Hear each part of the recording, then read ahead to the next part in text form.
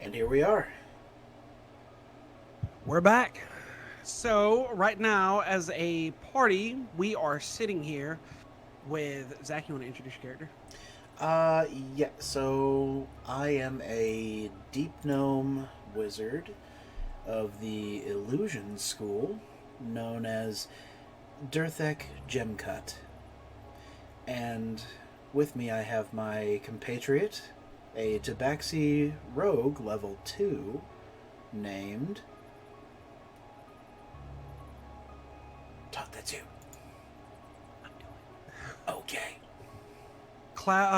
The Tabaxi Rogue's name is Cloud Brightcliff. So, kind of heading.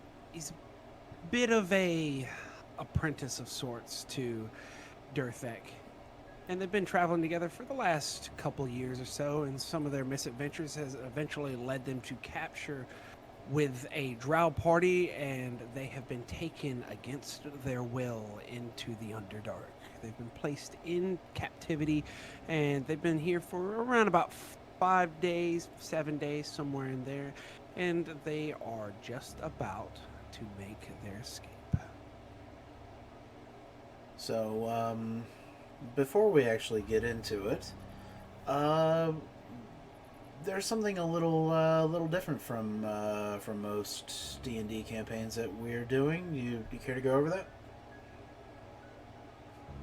So, in most campaigns, you have a dungeon master and a series of players. You might have 3 or 4 players or so.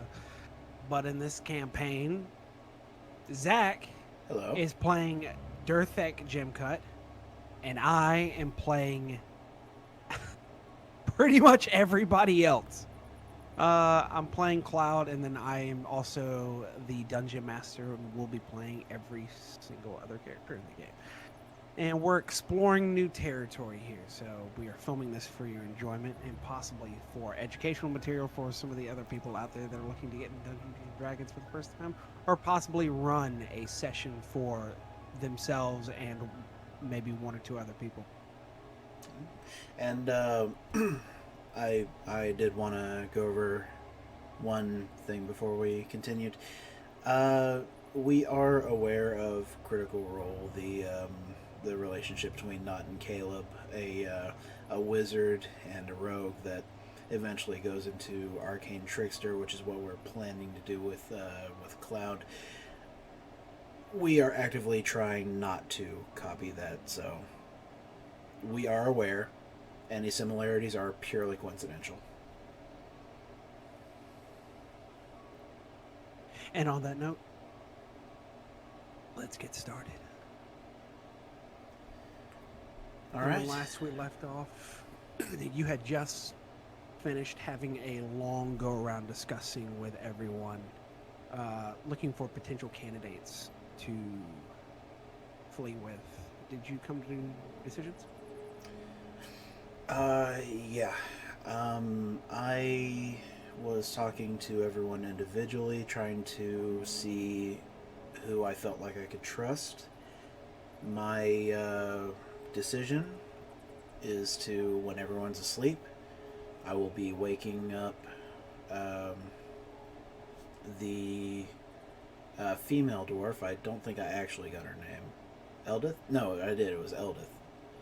Yep, Eldith Felgrim. Yeah. Um, Darendil. I didn't get the fishman's name. He's only known as the fishman to me right now.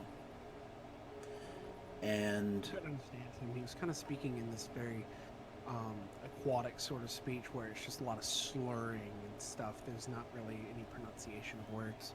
yeah. So the best you could do was to speak with him pretty much through hand signals because he could understand some undercommon.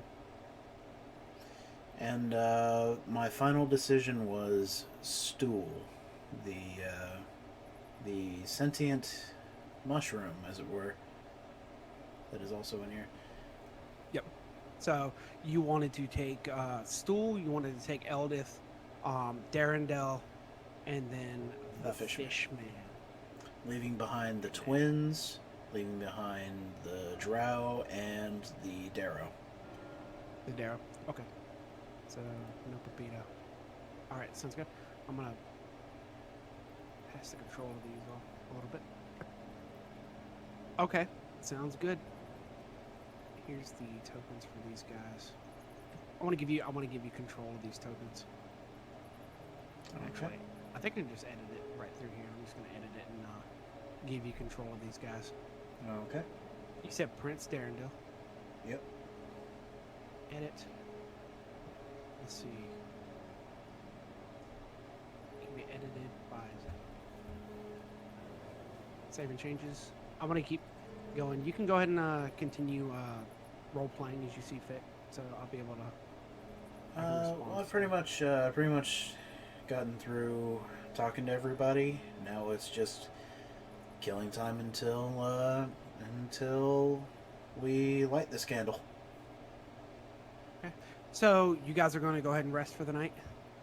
Yes. Okay. As you kind of begin to bed down for the evening, and you see the Drow Guard, they do their various watches and exchanging of guards, but as you wait for your opportunity, you do see an exchange of guards that has left a bit of an opening for you. All right. Quickly, I'm gonna go around and wake up the chosen few. Okay. So you kind of nudge them all awake, and they're kind of like, okay, and they quickly hop up with the little to no belongings that they have, adding all these people to your stuff, and you can edit them. There you go. You should have control over some stuff there. It's in your journal. I can control Eldith, Fishman, Stool, and Darendil. Okay. So you've gathered your group, and you are sitting at the fence. It's about this time Cloud kind of turns to you and looks at you. What next? Well, I'm following your lead. all right. Now's as good a time as any. I've signaled to everyone. Let's go. And I As you creak the door open. Okay. As you creak the door open, I'm gonna stick you right here. This is what you can see sitting outside. Okay. Okay.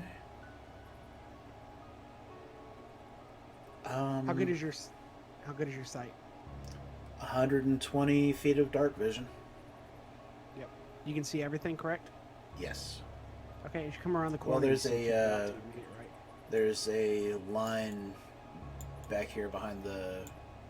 Yeah, you can't see anything behind that. Okay. Oh, I guess that makes sense. Yeah, Line of sight and it's all because that. there's a big stalagmite Building in there. front of me. Yeah. Yeah, it's literally hangs down. You can't see anything. Doorway right there. Fair You enough. look over to your right. You can see there's drow, correct? Yes. Yeah. So there's drow right there. As you come around the corner, you come around it stealthily. You see them, but they don't appear to be paying much attention. They're just kind of on guard duty. You can tell they've been standing guard duty for maybe an extended period of time. As they sit there and just kind of look around, they're just kind of shooting the breeze. So they're not really awares of you yet. All right. Guards over there. Let's see. Do I know what this place is across this bridge here? Right here. Mm-hmm. As you've been looking at it, you can see that it's like connected by rope bridges and stuff, and you can see the webbing that kind of hangs off of it. You've seen guards come and go from it, but it doesn't appear that there's large amounts of guards coming and going from it. How much you want to bet we could find find some sort of equipment in there? Maybe. I don't know. Let me check it out. Yes. Be quick. Okay. Roll a stealth check for Cloud. Rolling a stealth check for Cloud. There you are. 19. 19. Okay. As Cloud subtly and quietly looks over to his right, and he sees the guards not really paying attention, and he kind of dips down a little bit as he makes his way across the bridge. Very, like, quick, but carefully. He makes his way up to the door and he creaks the door open. As he looks into the door, he sees two drow guards and one elite warrior. They're kind of just sitting there passively. Just it looks like they're taking a load off, but it appears to be some sort of a guard tower, as there's little arrow slits and openings throughout the rockway that are on the other side that overlook at the ground level below. Okay. Seeing that he would know this is just reconnaissance, and he would come back and tell me. What is off over this way? Is this a walkway? Bring it over there. That is not a walkway. Okay. You will have to go through this building Hmm. to get to this bridge that's over there.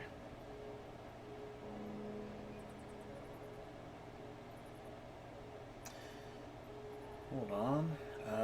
Looking at my spells real quick. Because I know there's a few that I have that I can actually cast right now.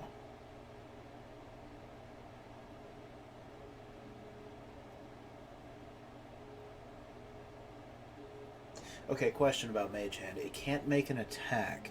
Can it, it can put out 10 pounds worth of force. Would that be enough, perhaps, to push someone over the side? I'd say no. Okay. I mean, 10 pounds of force isn't a lot of force. True. Just weighing my options. About 10 pounds worth of options.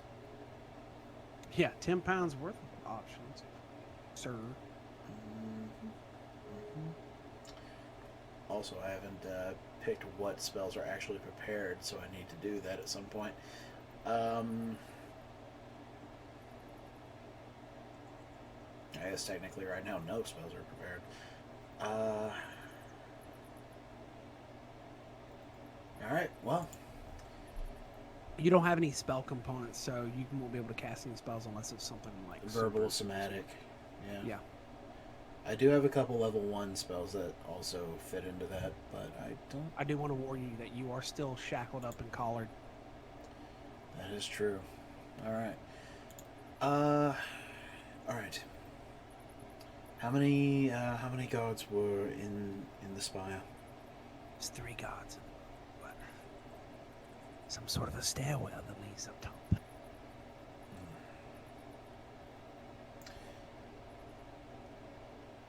Alright.